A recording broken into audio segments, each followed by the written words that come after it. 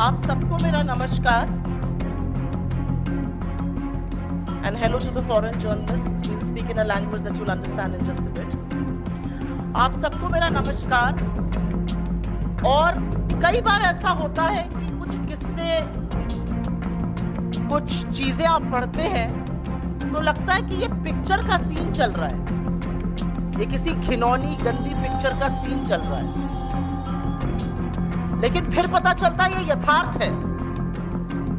और घिन आने लगती है ऐसे लोगों से, घिन आने लगती है ऐसे समाज से, घिन आने लगती है ऐसे नेताओं से जो लोगों को बढ़ावा देते हैं।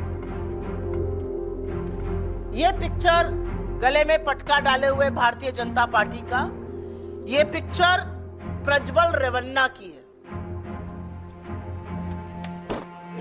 यहां मंच पर मोदी जी के साथ अभी 14 अप्रैल को प्रज्वल रेवन्ना हासन से एमपी है।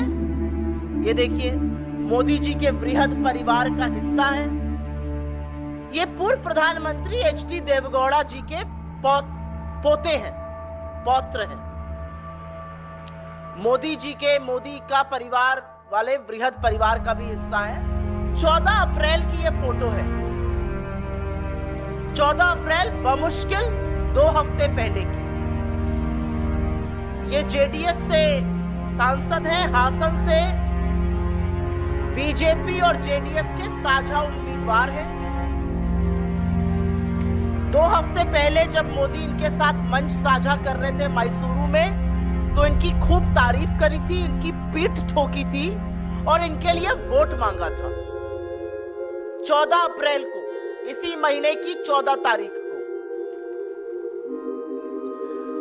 ये नेता देश से फरार हो चुके हैं। और अगर आप इनके जघन्य अपराधों को सुन लीजिएगा तो दिल दहल जाएगा। और एक औरत होते हुए थोड़ी बोलने में भी शर्म आती है। सैकड़ों महिलाओं का जीवन तहस नहस करने के बाद ये आदमी देश छोड़कर भाग गया है। इस आदमी के हजारों पॉर्न वीडियो वायरल हैं, हजारों पॉर्न वीडियो। और उस पॉर्न वीडियो में ये हर उम्र की औरत के साथ जोर जबरदस्ती करता हुआ दिख रहा है। ये हर उम्र की औरत का यौन शोषण करता हुआ दिख रहा है। उनकी असहमति के बावजूद, और इसमें इसके घर पर काम करने वाली महिलाएं हैं, पार्टी की कार्यकर्ता है, पार्टी की सांसद है, जिला पंचायत की सदस्य है, यहां तक कि 63 साल की घर पे काम करने वाली महिला जो हाथ जोड़ के कह रही है ऐसा मत करो। यह रिकॉर्डिंग ये खुद करके, और एक पेन ड्राइव में इनकी सारी रिकॉर्डिंग मिली है। क्या मोदी जी इसकी दरिंदगी के बारे में जानते थे या अनभिज्ञ थे? नरेंद्र मोदी इसके यौन कृत्यों के बारे में पूरी तरह से जानते थे। उनको हर बात का पता था। उनको पता था कि इसके हजारों अश्लील पॉर्न वीडियो है जहां पर इसने औरतों के साथ जघन्य यौन उत्पीड़न का काम किया है, सैकड़ों औरतों की जिंदगी बर्बाद करी है, उसमें हर उम्र की महिला शामिल है। बुजुर्ग 63 साल की काम करने वाली घर पर से लेकर सांसदों और कार्यकर्ताओं तक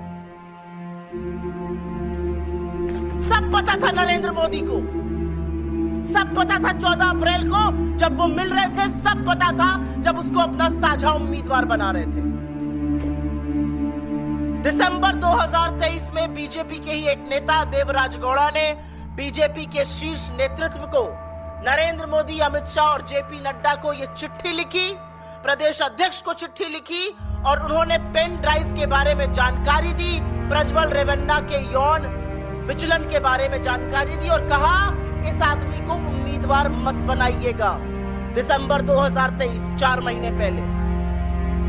11 जनवरी 2024 को देवराज गौड़ा ने प्रज्वल के खिलाफ बीजेपी आला कमान को लिखा था। उसके बाद उन्होंने प्रेस वार्ता की, सार्वजनिक किया इस सारी बात को और बताया कि ऐसा आदमी है, इसके ये कुकृत्य है, ये बातें सामने आई हैं, इसको टिकट नहीं देना चाहिए, इसको उम्मीदवार नहीं बनाना चाहिए।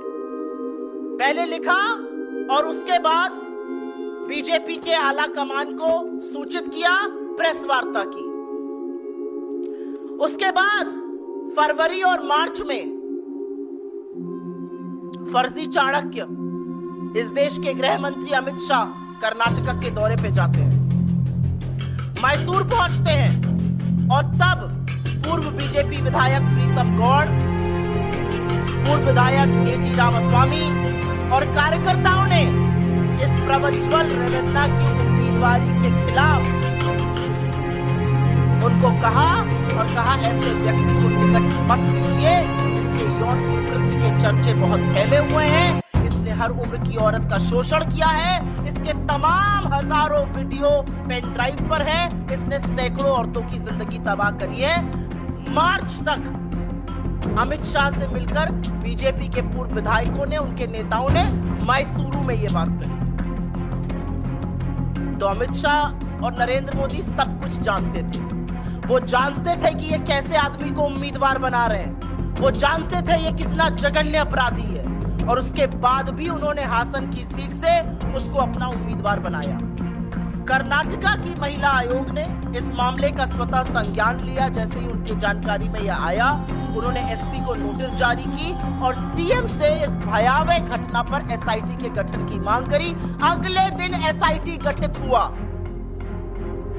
और जैसे ही एसआईटी गठित होता है, हासन का ये उम्मीदवार नरेंद्र मोदी का चहेता, उनका दुलारा, उनके वृहद परिवार का हिस्सा, ये देश छोड़कर भाग जाता है।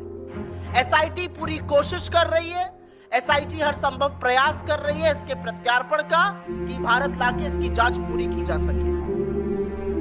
लेकिन आज सवाल यह है कि बेटी बचाओ, बेटी पढ़ाओ, नारी अभिवंदन, नारी शक्ति, महिला सम्मान, ये सब बातें फर्जी हैं, क्योंकि नरेंद्र मोदी जानते थे कि स्टेज पर खड़े हुए उनके बगल के इस व्यक्ति ने, उनके साझा उम्मीदवार ने क्या किया, वो सब जानते थे और उसके बाद भी उम्मीदवार बनाया। तो आज प्रधानमंत्री को इस बात का जवाब देना पड़ेगा कि किस हैसियत से, क्या सोचकर आपने इतने घिनौने दरिंदे को अपना साझा उम्मीदवार बनाया, और हर बार आप महिलाओं के खिलाफ अपराध करने वालों के साथ ही क्यों खड़े होते हैं? प्रधानमंत्री चुप रहेंगे, देश की महिला बाल विकास मंत्री, जैसा कि आप सब जानते हैं, मौन धारण कर लेती हैं।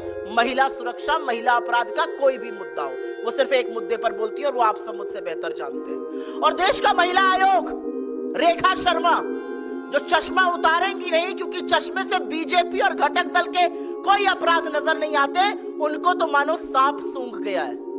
नोटिस पे नोटिस, नोटिस पे नोटिस, नोटिस पे नोटिस भेजेंगी विपक्ष को, लेकिन भाजपा के कुकृत्यों को, भाजपा के घटक दलों के कुकृत्यों को, इतने जघन्य अपराधी का कोई संज्ञान नहीं लिया जाएगा।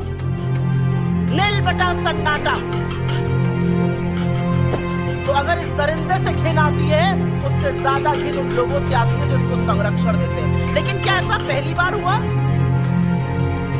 क्या ऐसा पहली बार हुआ है कि नरेंद्र मोदी ने उन लोगों का साथ दिया है जो महिलाओं का शोषण करते हैं? बिल्कुल नहीं।